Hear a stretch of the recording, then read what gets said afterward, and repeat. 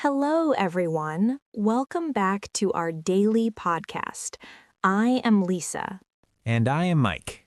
We are so happy to spend time with you today. Today is going to be very exciting. We are talking about being a tourist in a big city. Oh, I love traveling. But traveling to a new city can be a bit scary if you get lost. That is true, Mike, but don't worry. We are here to help you. Today, you will learn essential phrases to ask for help and find your way. Our goal is to make everything easy for you. Remember, our motto is English made simple. We will tell a story about a lost tourist. It is perfect for beginners who want to practice listening. So, let's get ready. It is time to explore the city together. Mike, have you ever been lost in a big city before? Oh, many times, Lisa. I remember one time in New York. I had a map, but I was holding it upside down. No way. That is hilarious. What did you do? I was standing near a big fountain. I looked very confused. People were walking past me very fast. That is the problem with big cities. Everyone is always in a hurry. Exactly. Finally, I decided to ask someone for help, but I was so nervous. Being nervous is normal. What was the first thing you said? I saw a woman walking her dog. I said, "Excuse me, I am lost." That is a perfect start. Excuse me is the most important phrase for a tourist. It is. She stopped and smiled. She asked me, "Where are you trying to go?" And where were you going, Mike?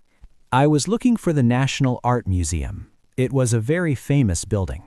So what did she tell you? She said, "Oh, you are very close.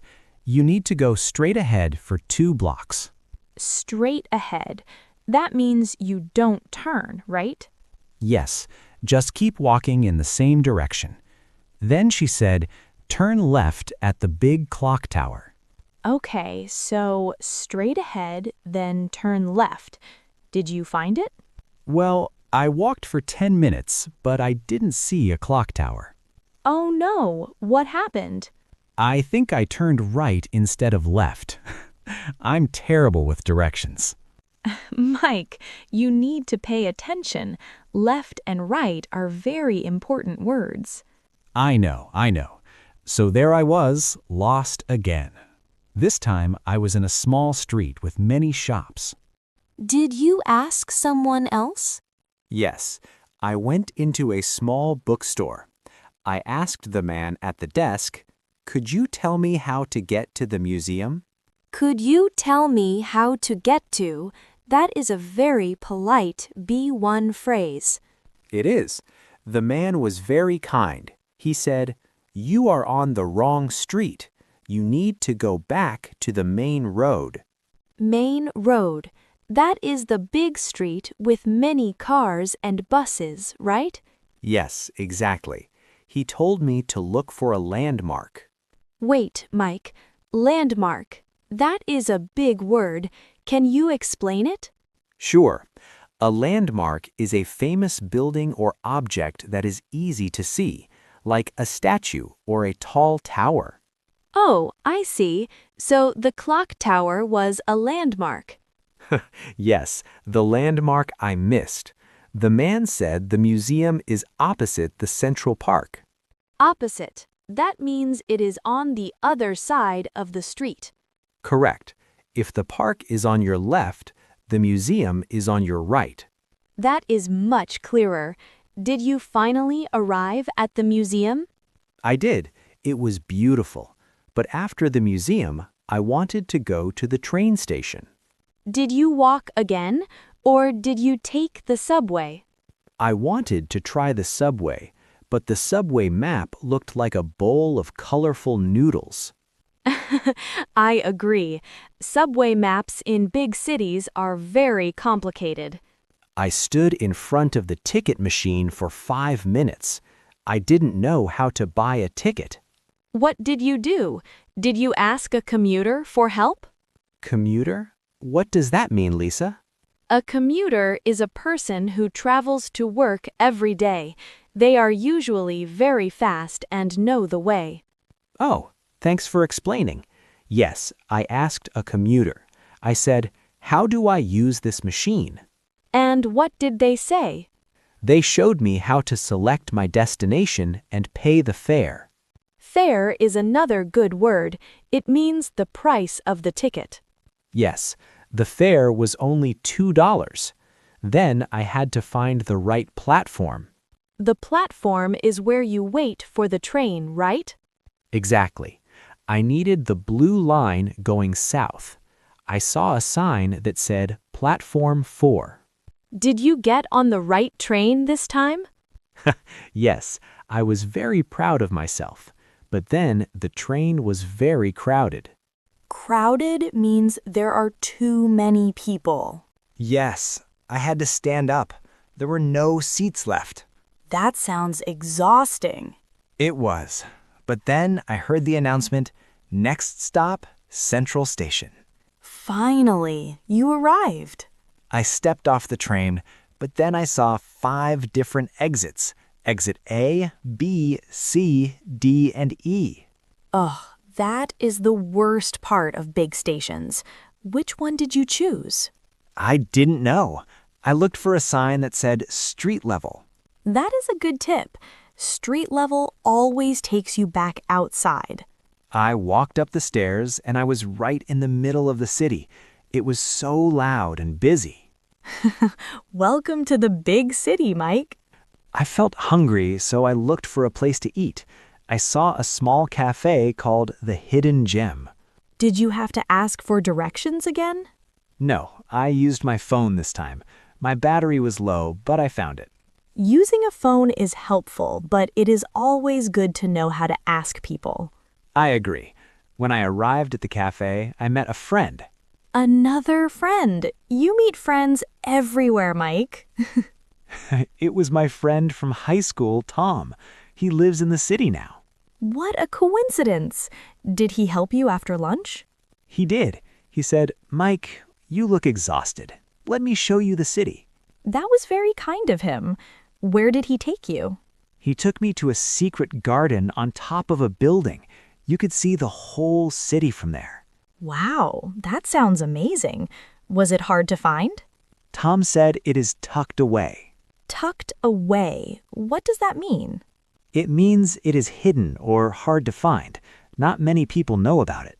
I love places like that. They're very peaceful. After the secret garden, we walked back to my hotel. Tom showed me a shortcut. A shortcut is a quicker way to get somewhere, right? Yes, we walked through a small park instead of the main road. It saved us 20 minutes. That is great. So, Mike, what did you learn from your day as a lost tourist? I learned that it's okay to be lost. If you are polite and ask, "Excuse me," people are happy to help. That is a great lesson, and using landmarks makes directions much easier to understand. Yes, and always check if you are holding your map the right way. Definitely.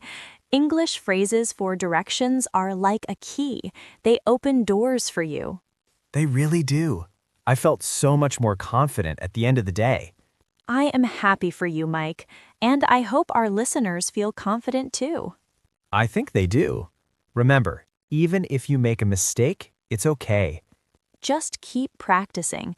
Every excuse me is a step forward. Exactly. And maybe you will find a secret garden too. That was such a wonderful story, Mike. Now let's look at the words we learned today. We had some very useful vocabulary for traveling. Let's review 10 words and phrases. Number 1, excuse me. Use this to get someone's attention politely. For example, excuse me, can you help me? Number secondary, straight ahead. This means to continue in the same direction. Go straight ahead for 2 blocks. Number 3, turn left or turn right. Very important for directions. Number 4, landmark. A famous or easy-to-see building. The tall tower is a great landmark. Number 5, opposite. This means across from something. The hotel is opposite the park. Number 6. Commuter, someone who travels to work. The station was full of commuters. Number 7. Fare, the price you pay for a ticket. What is the bus fare?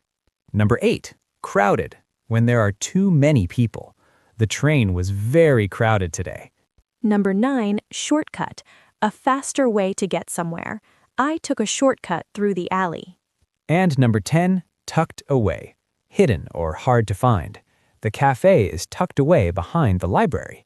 These words are very common in daily English. Try to use them when you talk about your day. We hope you enjoyed our story about the lost tourist. Now we have a question for you to answer in the comments. Have you ever been lost in a new place? Where were you and how did you find your way? Please write your story in English. Don't worry about mistakes. We want to hear from you. You are doing a great job with your English. Every day you are getting better. Stay positive and keep listening. Language learning is a journey, not a race. That is true. We are always here to support you. Keep going and stay curious about the world around you. We will see you in the next episode with more stories and more fun. Thank you for joining us today on our podcast. Learn English one story at a time. Don't forget to click subscribe and hit the bell icon. See you next time. Bye-bye. Goodbye, everyone.